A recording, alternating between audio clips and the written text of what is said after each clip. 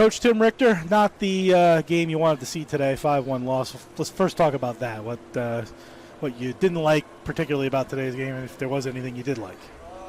I didn't like much. I didn't think we stuck to our process. We played soft. Everything that we work on for 6 months kind of went out the window there today. But lesson learned. You can't just show up and expect things to happen. You got to actually earn them. And we didn't earn it. We didn't earn it by any means in all three zones. We got outplayed in all three zones and didn't hunt pucks, didn't get net front. And they did. They worked, and kudos to them. They worked for 60 minutes, and they earned that win 100%. Fifth seed now. You guys are locked into that fifth seed. So what does tomorrow's game look like? Is that going to be a Ben game? Is it going to be a Sam game? What does tomorrow look like for your group?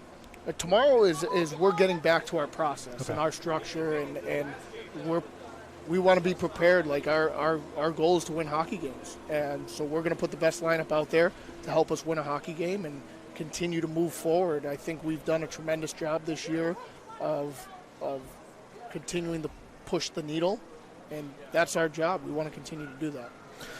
Season as a whole, 10 wins, solid, granted with the fifth seed, but 10 wins overall. Barring something crazy in the next couple of games, you're going to break the program record for fewest goals allowed. You've got your seniors like Trey DeLaurie who have broken the program record in blocked shots, both overall and in the season. First, talk to me about the season, and then we'll talk about your three seniors.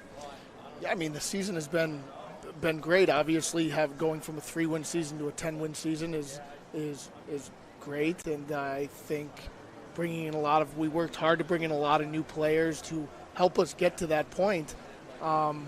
So it has been good in that regard, and I think we've got a lot of guys in that room that have buy-in and are willing to compete and do whatever it takes each and every night to get it done. So, and then Trey, Drew, and Tommy have been tremendous captains. They've continued to push this culture in the right direction, and the younger guys understand that, and they're buying in as well.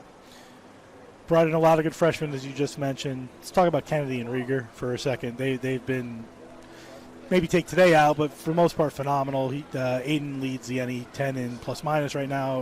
Owen is third, I believe.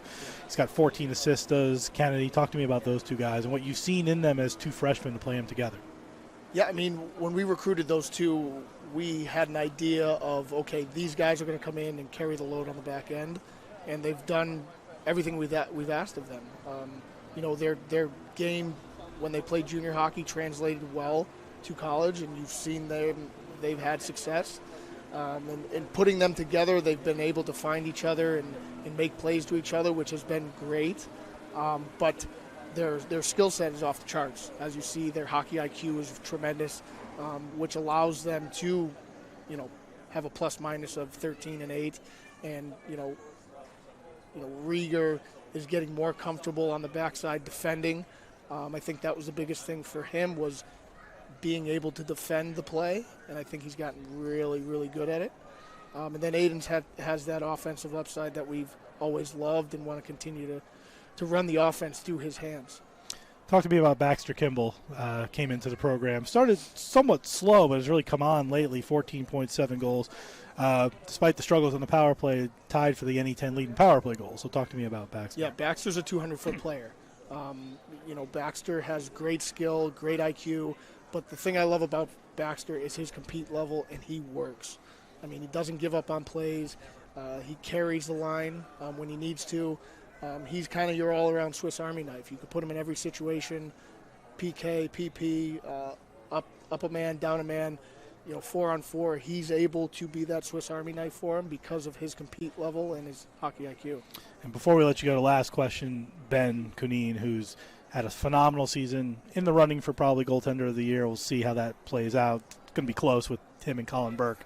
But he's had a great year, .939 save percentage, 9-7. Talk to me about him overall. Yeah, Benny has been a guy that we, had he not been injured last year for a big portion of that season, that's what you would have got from Ben last year. But he's finally, relishing in his role as that goalie that we recruited to come in and play big minutes for us. And he's been very, very good for us. I mean, he's had to stand on his head a couple games and make saves that he, really had no business making. But then, to Ben's credit, he makes the saves that he needs to make, and that's what helps us win hockey games. When you got a guy back there that can make the saves that he has to make, and then mix in a couple extras,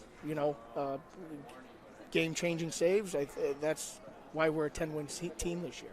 Coach, not the way we wanted to have this one after a game like this, but thank you as always for everything this season. Absolutely. I know your season is not over, our home season is, but thank you, and see you down the road. Good luck tomorrow and on Tuesday. Thank you. Thanks for everything you guys do. You got it. Coach Tim Richter, that's all. Thank you very much. We'll see you on the other side. Final score, Franklin Pierce 5, Post University 1. Good night, everybody.